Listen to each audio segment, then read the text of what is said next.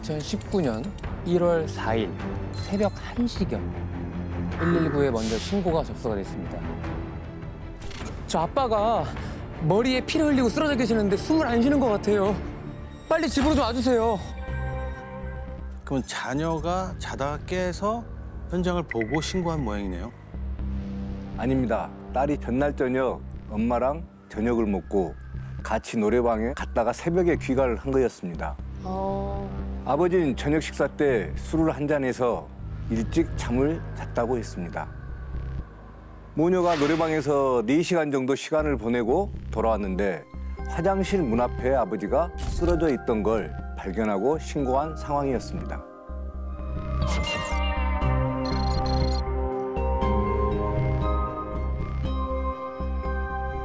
상태는 어땠나요? 저희가 현장에 도착했을 때 안타깝게도 이미 사망하신 상태였습니다. 최초 발견 시 아버지가 화장실 문턱에 쓰러져 있었고 바닥에 피가 조금 고여 있었다고 했습니다. 모녀는 단순 사고로 생각했다고 했고요. 단순 사고. 지병이 있었나? 최근 아버지가 이석증을 앓으면서 어지럼증이 있었다는 겁니다. 잠에서 깨 화장실을 가다가 일어난 사고인 줄 알았던 거죠. 근데 119가 도착해서 아버지 상태를 보고는 바로 사건 신고를 한 겁니다. 네, 머리 쪽에 상처가 발견됐는데 넘어진 반대편에도 상처가 여러 개 있더라고요. 넘어지면서 생긴 상처도 아니었고요. 상처 모양이 둔기에 맞은 듯한 찢긴 흔적이었습니다. 상처가 꽤 깊어서 혈흔이 상당했을 것 같은데 현장이 깨끗했습니다. 결정적으로 목에 졸린 흔적도 희미하게 발견됐습니다. 과수팀이 집안에 루미놀 검사를 했는데 사망자가 최초 발견됐던 화장실 쪽이 아니라 거실 쪽에서 혈흔 반응이 쫙 나오는 겁니다. 와. 그러니까 거실에서 범행한 후 피해자를 화장실 앞쪽으로 이동시켜 놓은 걸로 보였습니다. 지금 상황을 살펴보면 증거인멸을 위해서 이런 행동을 했다기보다는 사고사를 위장을 하려는 의도가 가장 크게 나타나죠. 아무래도 이제 가까운 사람 중에 이런 범행을 만들어서 위장해 놓은 것이 아닌가, 이것이 가장 의심되는 상황입니다. 그러면 가까운 사람 중에 혹시 범인으로 이렇게 짐작할 수 있는 사람이 있었어요? 사망자분이 덤프트럭 운전을 하는 분이었는데 알짜배기 건물을 소유한 건물주였고 재력이 좀 있긴 했거든요. 주변에 금전이나 원한 관계가 있지 않을까 예상했는데 조사를 해봐도 그런 관계는 전혀 없었습니다. 가족들도 짐작 가는 사람이 없다고 했고요. 뭐 건물을 소유하고 있었다고 하니까 아주 좀 돈이 좀 있어. 이걸 알고 있는 어떤 사람? 물색흔이나 사라진 건 없었나요? 없었습니다. 강도가 침입한 것 같진 않았습니다. 가족이 살던 곳이 빌라 3층이었고 또 빌라의 주인집이라 계단에 중간 철문이 추가로 설치돼 있었거든요. 철문의 현관문까지 이중으로 잠겨 있어서 문을 직접 열지 않는 이상 들어가기는 힘든 구조였습니다.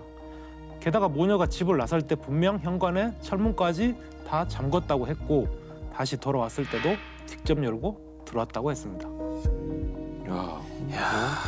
희한하네. 돈을 노린 것도 아니고. 그러면 완전히 그냥 오롯이 그 피해자를 살해할 목적으로 들어갔다는 얘기잖아요. 그렇죠, 그렇죠. 그럼 누가 어떻게 집에 들어간 거죠? 자, 그래서 일단 형사님들은 집 주변 CCTV부터 확인을 합니다. 빌라 쪽을 직접 비추고 있던 건 대각선으로부터 멀리 떨어진 CCTV 한 대뿐이었다고 하는데요. 사람이 건물을 들어갔다가 나왔다 하는 실루엣 정도만 확인할 수 있다고 합니다. 근데 수상한 움직임이 부착됩니다. 아내와 딸이 한창 노래방에 있었다고 한 밤 9시 40분경 웬 차량 한 대가 빌라 앞에 비상등을 켜고 서는 겁니다. 그러더니 운전자가 내려서 빌라 계단으로 올라갔고요. 그 운전자는 남자로 보였습니다. 잠시 후 커다란 봉지를 몇 개 들고 내려오더니 트렁크에 싣고 출발했습니다.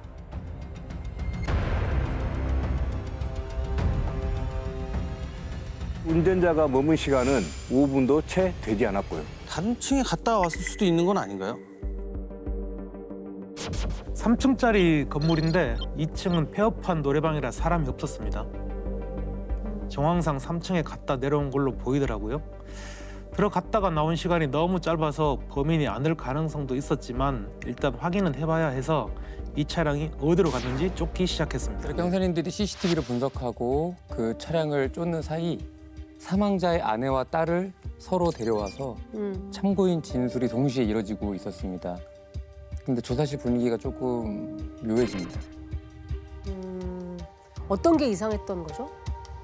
딸이랑 아내를 분리해서 참고인 진술을 받았는데 딸이 좀 석연치 않은 얘기들을 하는 겁니다. 아, 이거 딸이요? 신고 당시 상황이 어땠는지 한참 얘기를 듣고 있는데 딸이 갑자기 이런 얘기를 하는 겁니다. 엄마가 깜짝 놀라서 아버지 머리 위에 샤워기를 틀어 물을 뿌리더라. 그러면 이 얘기를 혹시 아내분께도 똑같이 여쭤봤나요? 아내는 피가 너무 많이 나길래 무섭기도 했고 또 물을 뿌리면 남편이 깨어날까 싶어서 그랬다고 했습니다. 또 다른 게 있었나요? 딸이 하는 말이 엄마가 노래방에 있다가 집에 잠깐 다녀오겠다며 몇 번 자리를 비웠다고 하는 겁니다. 그래서 노래방 주변 CCTV를 봤더니 정말 밤 9시경에 한 번, 또 11시경에 한 번 이렇게 2번이나 아내가 노래방에서 나와서 집 방향으로 가더라고요. 빌라를 비추던 CCTV에서도 이 시간대에 같은 옷차림을 한 사람의 실루엣도 보였고요. 아내는 뭐라고 하던가요? 아내는 집에 갔다 왔다는 얘기는 일절하지 않았습니다. 노래방에서 4시간 동안 있었다고만 얘기했습니다. 그런데 말이죠. 상황이 점점 이상해집니다. 탐문수사를 하던 형사님이 밤 11시경 아내를 만난 사람을 찾아냈는데요. 이때 아내의 행동이 정말 미스테리합니다. 이 와중에 11시경에 아내를 만난 사람이 있었어요?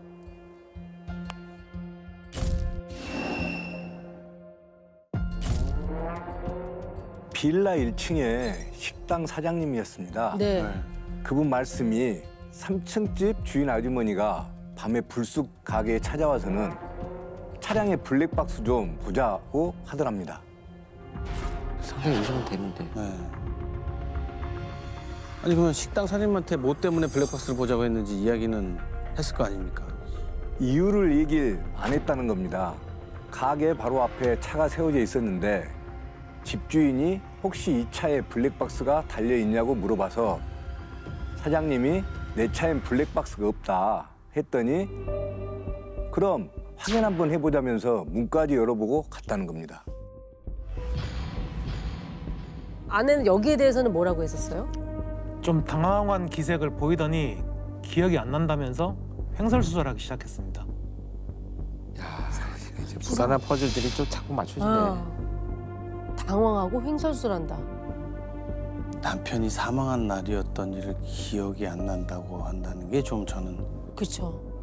오래된 것도 아닌데. 이게 한참 뒤에 형사님들과 만난 게 아니었잖아요. 자, 그리고 잠시 후에 형사님들에게 결정적으로 전화 한 통이 옵니다. 이 전화 한 통으로 아내는 바로 유력 용의자가 됩니다. 국과수로부터 사망자에 대한 부검 결과를 전달받은 겁니다. 긴급 사안이니까 우드로 먼저 결과를 받은 건데 네.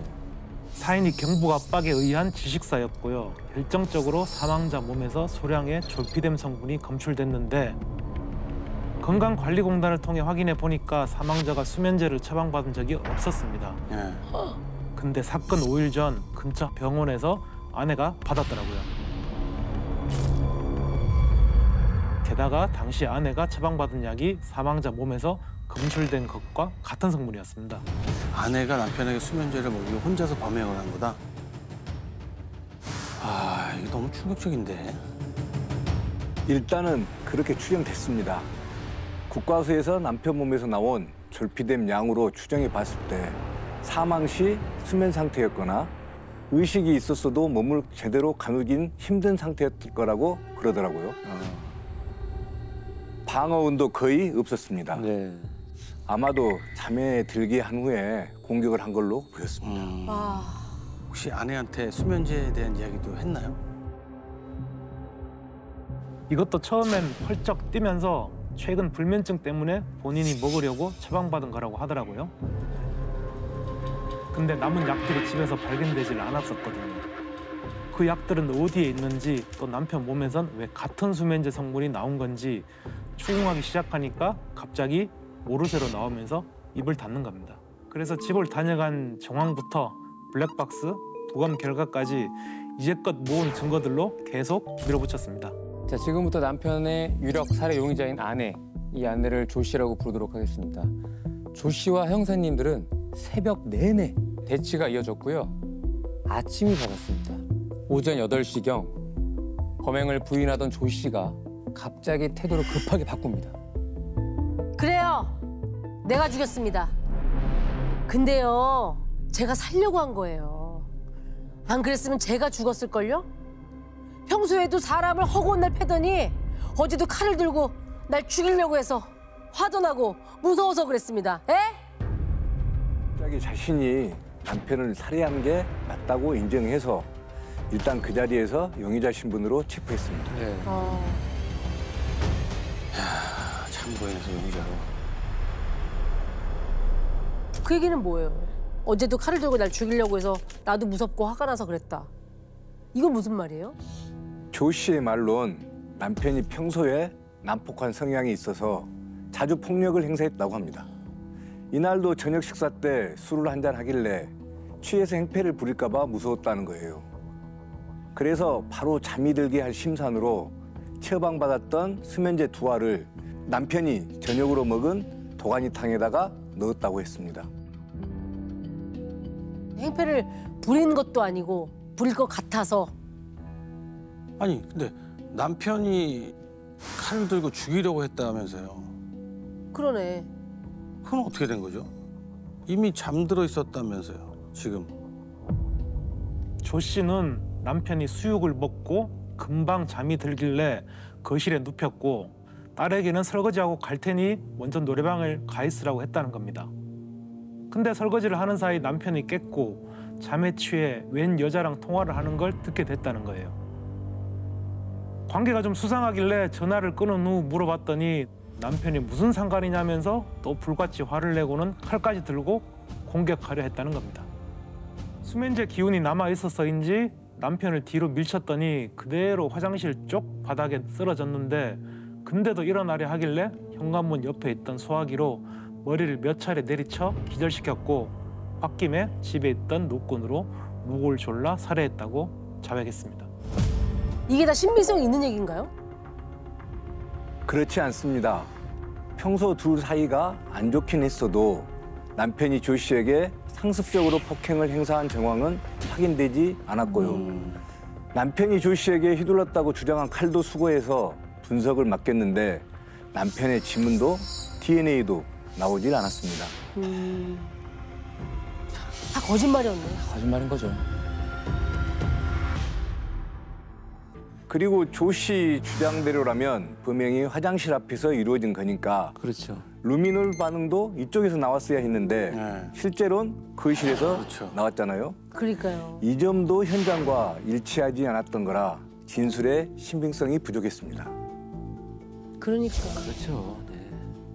이제 증거들도 나오고 형사들이 이제 압박이 시작되니까 결국 이제 범행을 인정한다. 그러나 이것은 상대방의 원인이 있는 우발적인 범행이다.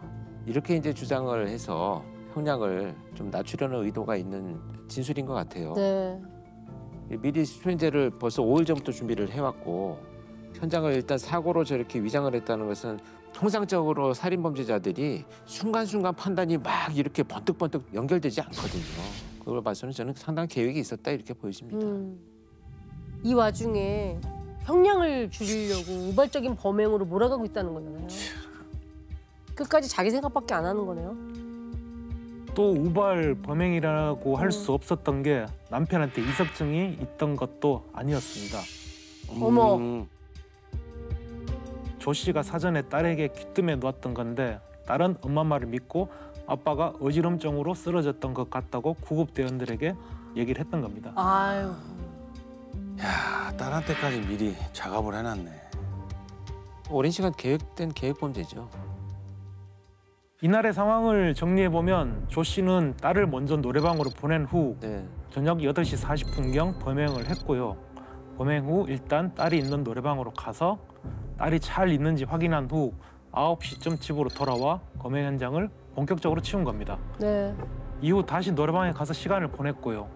밤 11시쯤 뭔가 찜찜했는지 다시 집에 돌아왔다가 1층에 있는 식당 사장님의 블랙박스까지 확인한 걸로 보였습니다. 불안하니까 자꾸 왔다 갔다 한 거예요. 왔다 갔다 한 거죠.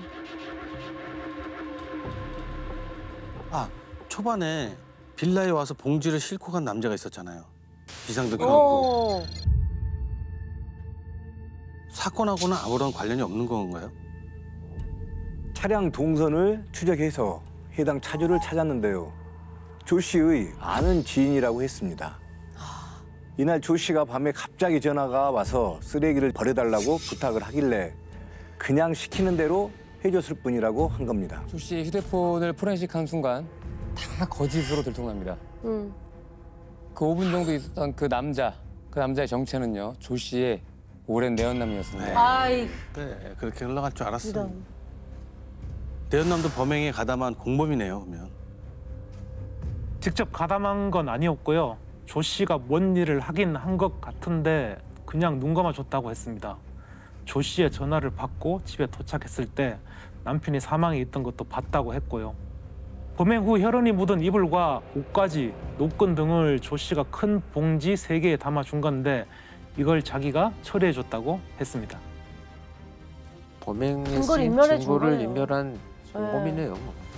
그렇게 하면 뭐 범행 흔적이 다 지워질 거라고 생각을 했겠죠.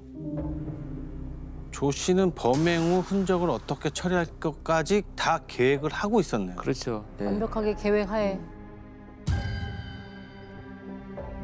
더 이상 나 우발적이다라고 아내가 주장하지 못할 것 같아요. 저희가 그 부분에 대한 자백을 어떻게든 받아내려고 했는데 우발적 살인이라는 주장은 끝까지 꺾지 않았고요. 조 씨는 재판에 가서도 계속 남편의 공격에 대한 정당 방위였고 우발 범행이라고 주장했습니다. 상당히 뻔뻔하네요. 그러니까 그게 계획이었어요. 바람은 본인이 펴놓고. 그게 계획이었어요. 지금 우발로 만들려는 것이 큰 계획이었어요. 계획이었어요. 계획이었어요. 아니, 남편을 대체 왜 살해를 한 건지 구체적인 동기에 대해서는 알 수가 없었나요? 내연남 때문인 거 아니에요? 사실? 그렇지 결국 뭐 결국은 뭐 내연남. 아마도 남편의 재산 때문인 걸로 추정됐습니다. 어느 날 조 씨가 남편에게 내연남의 존재를 들켜버렸는데 아이고. 이것 때문에 둘 사이도 틀어지고 이혼 얘기가 오갔다고 했습니다. 조 씨는 본인이 유책 배우자니까 만약에 이혼했을 때 재산 분할에서 불리해질 가능성이 높아지자 사고사로 위장한 살인을 결심한 걸로 보였습니다. 좀 불안해요. 재판 결과가 어떻게 되는지. 항소까지 했고요. 기각이 됐고 최종적으로 18년형을 선고받았습니다. 8년.